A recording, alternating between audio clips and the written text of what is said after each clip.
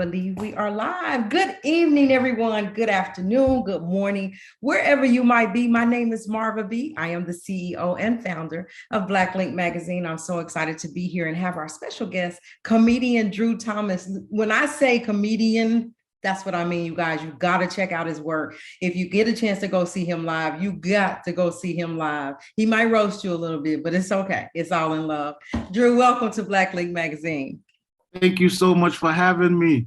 You're so welcome. Go ahead and tell the world a little bit about who you are and what you do. I gave you a brief introduction, but you go ahead and tell them who you are. I don't even know where to start. So my name is Drew Thomas. I'm a comedian based out of Atlanta, Georgia. I'm originally from New York. Most people picked it up from when I speak, you know. I've been doing comedy for 18 years, traveling all around the country. I've been to 48 states, a couple countries, several TV appearances, and still plugging away. Still nobody don't know who I am. Yeah. Oh, well, they will. You just keep on. And I'm excited to have you. So let's just get started in this interview. People will know who you are. My audience will know who you are. Well, like I'll take it. That's 5 more. Five more people. So listen, we met briefly in Tulsa, Oklahoma. So guys, Drew was like, you was the main person for the night. Like the other people came in, and then I was like, okay, where are we at? Because I don't see us in here. And I was like, oh, there go a couple of us in here. So you know, and then the bigger guy, he was funny, and then Drew came, y'all. Then Drew, let's talk about your interest in this business, in this entertainment business of comedy. When did it start? When did you know this is what you were wanting to do? I knew when I was 9 years old. I was watching Saturday Night Live, and Eddie Murphy was hosting. He wasn't even on the show no more. He was hosting that episode. And I think it was right then it just kind of clicked to me, like, you could be funny and do this for a living. But it kind of went away. I'm Jamaican. Right. So as a, you know, in a Caribbean home, you don't just come out and say you want to do comedy as a job. Right. Not accepted. So I just kind of put it away for years and years and years, but it was always there in the back of my mind. School, college, every job. And it just got to the point where it just kept tugging at me. And I said, I have to give it a shot. If I don't give it a shot, I'm going to be an angry old man that I never tried it. Yeah. Be mad that you didn't do it because. Mad that I didn't do it. And that was 18 years ago. Because when I saw you, I knew that you were in your element. I was like, this is what he do. This is what he does. And it was really good. So as you matured and you grew older, what was your first time stepping out there as a comedian or even doing stand-up? Do you remember the first time you got out there? I do. So I used to sell cars. That was my last job before doing comedy. And right at the tail end, I decided, well, if you're going to do comedy, you got to get over stage fright. So I decided, let me go back to school and I'll get a degree in theater. That will help me get off stage fright, being in a play or something like that. So I graduated with a degree in theater and associates, and then I transferred to Kennesaw State, a university in Atlanta. And while there, I realized that I still had the attention of the college age kids. I'm 31 going back to school, and every day on campus, I got this pack of 18 and 19 and 20-year-olds following me around, waiting for me to say something funny. Yeah. So that was the final step when I was like, wait, you can make college kids laugh. You can make your own age laugh. I've always been able to make my parents' friends laugh and older people laugh. So I said, that's everybody. Yeah. Got it covered.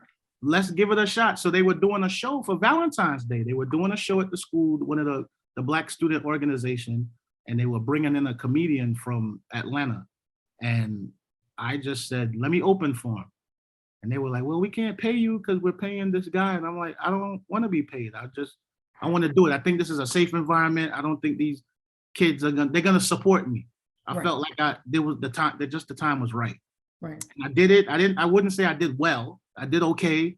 You know, I did about 10 minutes. I stumbled over a couple of my jokes, but that was it. Doing that was like the baptism. Did they laugh? Yeah, they laughed. They laughed. I got a couple more laughs than the other guy. See, like you did that night. But it I'm was the sorry. beginning. After that, it was over. My focus, my energy on finding every open mic there was in Yes. Atlanta to go to, and I was dedicated after. Yeah, that was my next question. What does it take? Because stand-up comedy is not easy.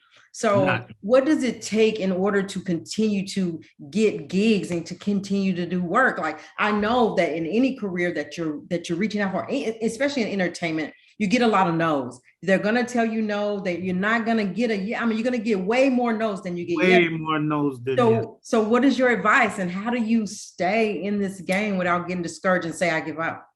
You gotta be one true to yourself, that you know this is what you really want to do, because that alone will help you get over a lot of the blocks and the stumbles, that you just believe that, okay, at some point it's gonna break. This is what I want to do. And determination, like you can never quit. I know so many comedians, yeah, I stopped for about 4 years and then I came back, and that's like starting over again. Yeah. And I haven't taken any breaks. I haven't taken a break. Wow. I just want people to know who you are. They gotta see you. They gotta see you. I keep saying it, but I mean it. Like, I love comedy. And if you make me laugh till my lashes come out, listen, I am vouching for you. I'll take it. I love to make people laugh. I love to Laughter's make good for the people, soul. it's good for the soul. I love to bring a group together that normally wouldn't hang out in the same place, or even friends outside of the comedy club. But for that hour that I'm on stage, we're all laughing at the same things. Yeah. And that's exactly what was in Tulsa, Oklahoma. It was a mixed crowd. Like, it was like, those people aren't people that I would go out and say, I'm about to go out and go hang out with those people at all. But they got it. They got your jokes, and they were cracking up at your jokes. Like, I was like, okay. And that's what matters, is that you can make everybody in the room laugh at one or two jokes, and everybody's on the same page and getting along, and it's a good time. And that's what it was for me. When people have dreams and aspirations, you said something. You said, I want to open up for him, and they were like, well, we can't pay you. You were willing to do whatever it took to get there. It wasn't about the money. And I think that when you come into careers, or it's something that you really want, sometimes you have to sacrifice, and you can't be in it for the money, because I think you'll fail every time. What do you think about that? It's not, I didn't make money for 5 years. Yes. For the first 5 years, I didn't make any money. You break even. Comedy has 3 stages. You go from losing money to breaking even to making money. Right. And I remember about 4 or 5 years in, I was talking to a mentor of mine, and he was like, how's it going? And I said, I don't know. How's it going? I said, I'm breaking even though. And he said, oh, you're doing good. See? Okay. Well, okay. It encouraged me, because I was like, am I doing it right? What's going on? He was like, oh, you breaking even now? You're doing good. You moved up from losing. That's good. That's good to know. There's a lot of people that want to be in this stand-up comedian world. On Clubhouse, there is a room, Music Network No Egos room, and one of the specialty rooms is comedy with Bob Sumner. And there's a lot of people that come in there, and they give them 3 minutes to do your thing. And there's some people that have never been on a stage, never ever, but I have always wanted to do it, and found out that they had the whole room cracking up. So I say that to say, you just can't, like you said, you can't quit. You can't start and stop. If you're committed to it, you got to hang in there through the bad times and enjoy the good times. Yeah. And you have to do it for you. You can't do it because a cousin said you should do it, or a family member. It helps that they encourage you, but if you don't believe it or feel it, then it's not going to work. You have to believe down to your bones that this is what you were born to do. Yeah. And that's the part of being willing to sacrifice, because I was born to do this, and I'll sacrifice whatever I need to do to get there. So I like that. When we talk about stand-up comedy, it's hard. It seems hard for people to give 3 minutes. How in the world do you do an hour? It takes time. You build it. You build it and build it. Ease up to that hour. Yeah. You have to pace yourself. It takes stamina. when I started out, I had 6 minutes. Mhm. And I took those 6 minutes to everywhere and anybody that would put me on stage. Yeah. And I wrote in 6-minute increments. So I would have a new 6 minutes. And then you eventually had 3 6 minutes. So when I got to about 18 minutes, I said, oh, with this and a little crowd work, I could go on the road and be an opening act. Right. And started from there. But over time, you build on your set. It's like you're writing a paper. Your set is the ultimate term paper from high school or college. Right. And just like your final paper, you would edit and edit and edit and trim it down and take out the fat and what's not needed. And that's how your set is. And your set grows over time. It takes a lot of time to be able to do an hour. I think it's comedians are very brilliant in that you can stand in the room if you're really good, if you're really in your element, and you can make like the majority of the room crack up at you. Like while I was laughing, I was still just people watching and saying, are they getting it? And everybody from my left to my right, behind, everybody was laughing. And that's a special gift and a special skill because everybody's not a stand-up comic. Just like in the acting world, just like in singing world, people want to be singing, but everybody is not a singer. And so anyway, I don't care. I want to be bragging on you this whole interview. So you're correct. See, what I focus on what make us more alike instead of going on stage, and a lot of comics try to separate people or go, these people do this or this is how we're different. I do point those things out, but at the end of the day, my show, we're all people. Mm-hmm. We have the same gripes. We have the same problems. The same thing that make you mad, make the white people mad, or this person, or whatever it is. And if you focus on that, then it's more cohesive than separating people. Show people how we're more alike than how we're different.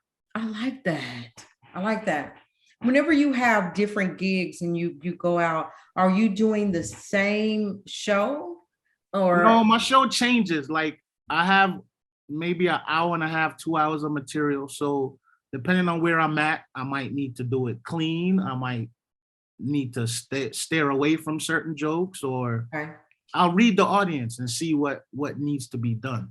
So do you come in there prepped for that? Or do you ahead of time know, like this is going to be a mixed, audience? So most of the times I don't know till I see just when you get there. Yeah. So I like to watch the room fill up. I like to watch the people come in.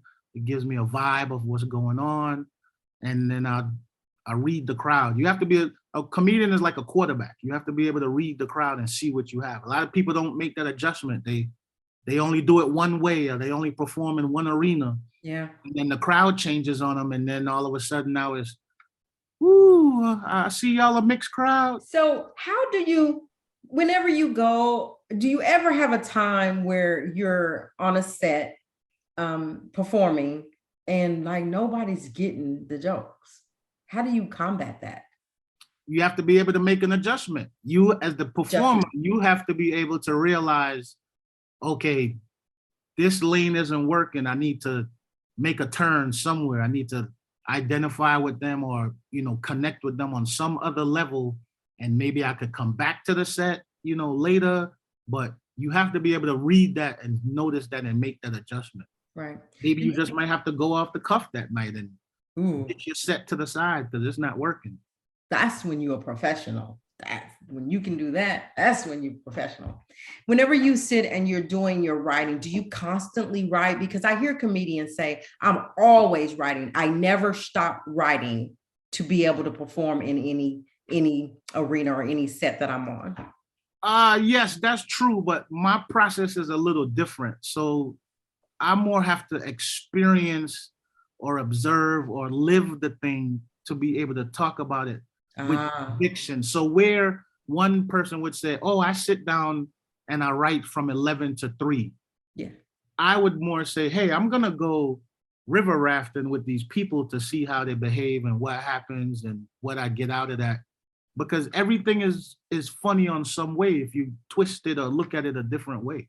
So if you're, for example, river rafting and you see how they're acting and what's going on, do you go back and you write about that? I might just take it to the stage right away. I'll relive what I saw, and through that process, you find the funny in what was it that you observed. Like there was this crazy lady that was screaming, or this guy said he was the best river rafter ever, but he fell out the boat, almost drowned. Like whatever it was that happened. So I'm always up for experiences. Like, oh, we're gonna all go to Waffle House. I'm coming because something's gonna happen. Yeah, yeah.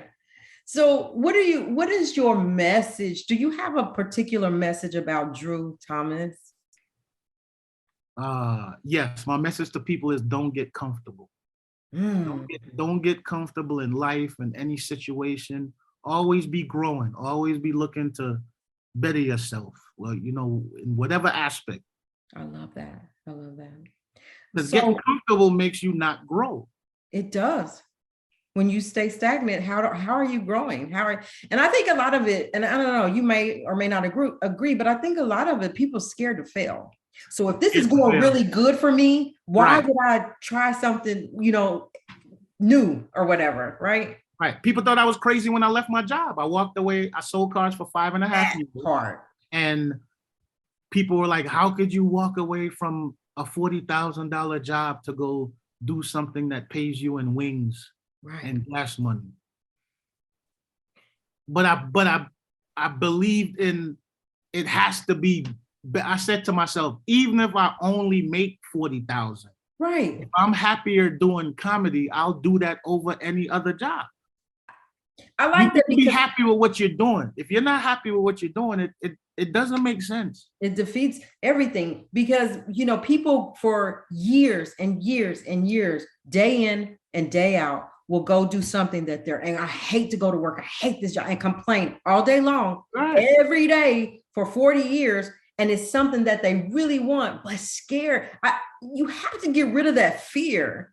And It's hard to do. I mean, but how many it's self-help hard. books they have on that and videos and Yeah. people who are experts? Is very hard And to. that's your livelihood. And now you're talking about, I'm just going to quit. Yeah. It's hard. I mean, I had a good support system. I mean, like I said, Yeah. my parents are Jamaicans. Jamaicans don't put you out on the street. So as a Jamaican child, you could stay home till you're 50 if you want to. So Yeah. it's not like the American system where, oh, you're 18, you got to go. Well, mine can So- stay long as they want. Well, They that's gotta- good. That's good. People don't do that. So I was able to live at home. I didn't have any children. I didn't have Yeah. rent. I didn't have mortgage. Yeah. So I didn't have a lot of the things that stop a lot of comedians from moving forward or giving up the dream because they had to go work or they had to feed their son or whatever the case. I didn't have that. So I was lucky that I didn't have those things. So I could hang out at all the comedy spots all night. I could go do a show for $50. I could ride with a guy 6 hours and don't get anything or sleep on the floor in his hotel room. I was able to do all those things because of my situation. And it paid off because when I started making money, then it was like the sacrifices were made. Because you go from zero to all of a sudden you need an accountant. Yeah. That's when it's worth it. But people feel like I think it's the going through that.